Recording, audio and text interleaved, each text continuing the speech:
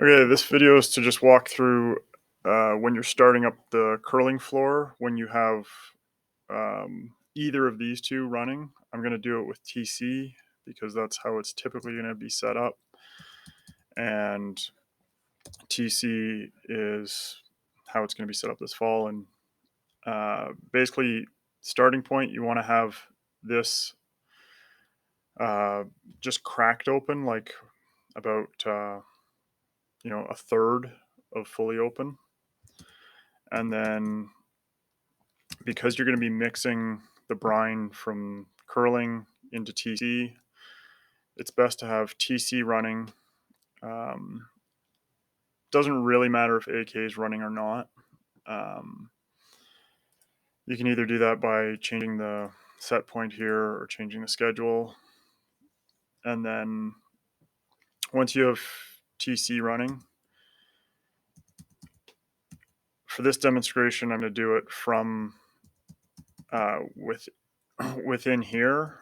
Normally, you would be doing it using these dials on the MCC, or you could also start and stop the VFD. Hand starts it, off stops it. Auto basically means that it's going to be controlled by here and by the computer. So if you've got TC running, so right now you can see TC pump is running, brine in, brine out, slab temperature. And then you look at just how much higher curling is, brine in, brine out, slab temperature. So now what I'm going to do, we've already got it set up in the plant room. The reason I'm doing this not at the plant room is because you wouldn't be able to hear me with plant running if I did it in the plant room. So this is something you're not able to do with the operator login. This is only possible with the technician login. But basically, I've just forced the pump to hand. That's why you can see this little hand icon. So now the curling pump is going to be ramping up. So we'll go back to the piping diagram. And so now you'll see this one's also running, and you'll see the temperature has already dropped. So it was at 4 degrees Celsius just a second ago, and you can see these ones have started to climb. So it's really important, especially at the very beginning, to really babysit this and don't leave it unattended. It's fine to leave it unattended later on when this is fully mixed, but you see how fast this is dropping?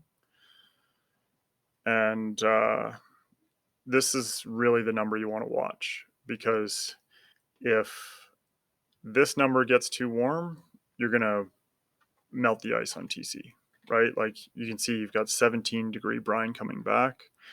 If you were to have that valve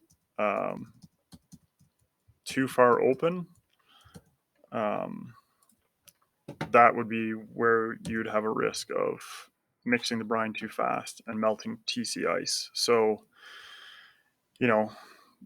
keep an eye on it and monitor it. Only gradually open this as you see the temperatures equalize and fully mix.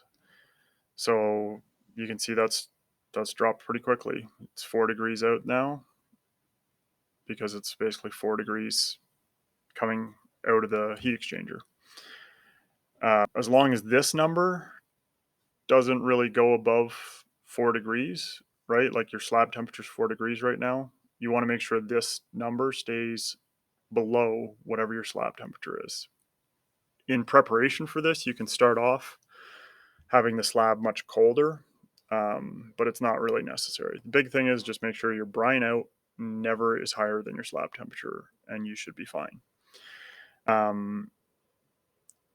You can see this is dropping down pretty quickly. There's not really any incentive to try and do it any faster. Slow is better, slow is safer. And, right now you can still see that there's only one compressor running, so it's easily able to handle the heat load, which is part of why you're seeing this temperature maintain. If I had that valve open further, then you wouldn't see that happening. You'd see the both compressors would probably be running because there'd be a way higher heat load, and you would see this number going up. So this number actually just dropped. It was 4.6, now it's 4.7. So that's a very good sign. That means that with where the valve is currently sitting, it's easily able to handle putting out the same temperature to both slabs with where that valve is currently throttled to. And then that means that, you're going to watch this number continuously pull down over time. So once you have it in a good place, you know that, you look at your suction, your discharge on the compressor. You've got one compressor running. It's set up properly and it's stable. This is the point where you can, start to do other things. It's best to hang around, keep an eye on it. You can just clean the plant room. Clean the plant room, come back, look at it, clean some more, come back, look at it, and just keep an eye on it. Just hang out in the plant room, clean in the room, keeping an eye on things. And then once you start to see these temperatures equalize, which is going to take a while, depending on the day and what's going on the other sheet of ice and the weather and all sorts of factors, you want to give yourself minimum a half a day, but really like take your time and do it over a whole shift. And then you'll have no risk, and you're not going to be stressing things, right? Because if you cool something that's plus 20 too quickly, who knows, maybe you're going to crack the concrete or increase the chances of brine leaks or something like that over there. So just do it slowly and keep an eye on it, and make sure you stay in contact with the curling club and keep them posted on what you're doing, and let them know when it's done, when they're ready to make ice. And when they start making ice, just keep an eye on things and just watch a lot closer than you normally would. Do more plant checks, pay attention to all your, pressures and temperatures, and also keep an eye on, your slab temperatures and your settings.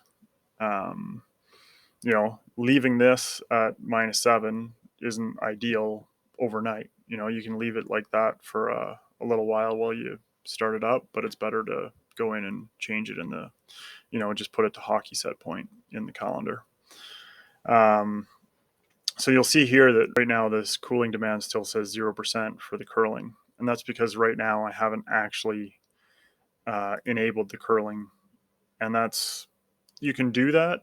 I'm not doing it at the moment because there's not really any need to. I'm just mixing brine to work air out right now while I record this to show. But now you can see basically you just click ice in, that jumps to 100%.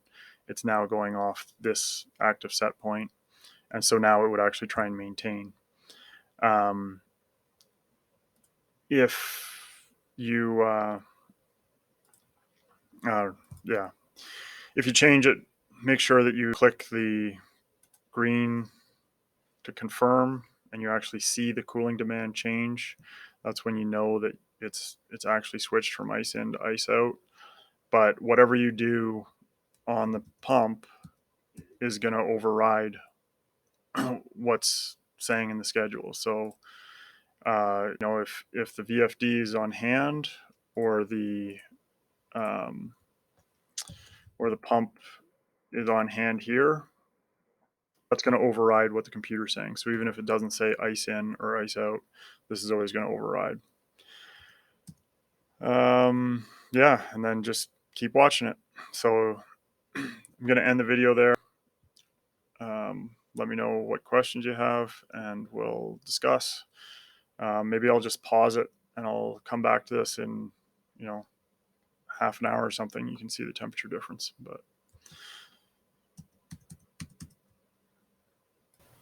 So I just wanted to continue off after this has been running for a little while. It's been on and off quite a bit because we're currently working air out of the system. But as you can see over the last, hour or so, return temperatures dropped a fair bit.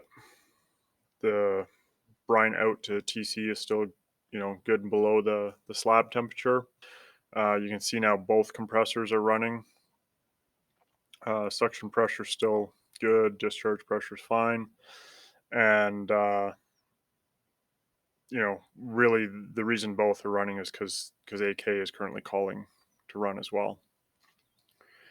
Um, so yeah, that's the general idea. I would wait till this gets quite low before I would crack that open more.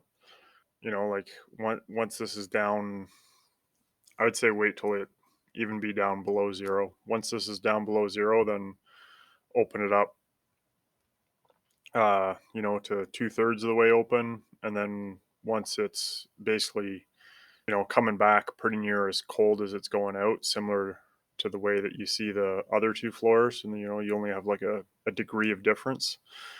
At that point, you can open it wide open, and that the majority of the heat's gone, and you can start making ice when their slab is where they want it to be. All right, that's it. Hope this is helpful.